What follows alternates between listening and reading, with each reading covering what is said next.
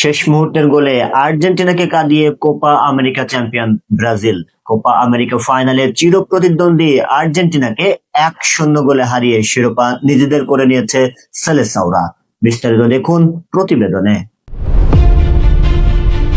Copa America futsal চ্যাম্পিয়নশিপের ফাইনালে শ্বাসরুদ্ধকর ম্যাচে শেষ মুহূর্তের নাটকীয়তায় মেতে ওঠে ফুটবল বিশ্ব। সোমবার ভোরে প্যারাগুয়ের লুক শহরের অস্কার হ্যারিসন স্টেডিয়ামে অনুষ্ঠিত রোমাঞ্চকর পুরো ম্যাচ জুড়ে দুই দলই সমানে সমান লড়াই করলেও নির্ধারিত 90 মিনিটে গোলমুখ খুলতে পারেনি কেউই। অতিরিক্ত সময়ের অন্তিম মুহূর্তে ব্রাজিলের তরুণ স্ট্রাইকার এনরিকের দুর্দান্ত এক গোল আর্জেন্টাইন সমর্থকদের স্তব্ধ করে দেয়। শেষ বাঁশি বাজার পর কান্নায় ভেঙে পড়েন আর্জেন্টাইনরা। অন্যদিকে দীর্ঘ প্রতীক্ষার পর চিরশত্রুদের হারিয়ে মহাদেশীয় শ্রেষ্ঠত্ব পুনরুদ্ধারের উল্লাসে মেতে ওঠে সেলেসাওরা।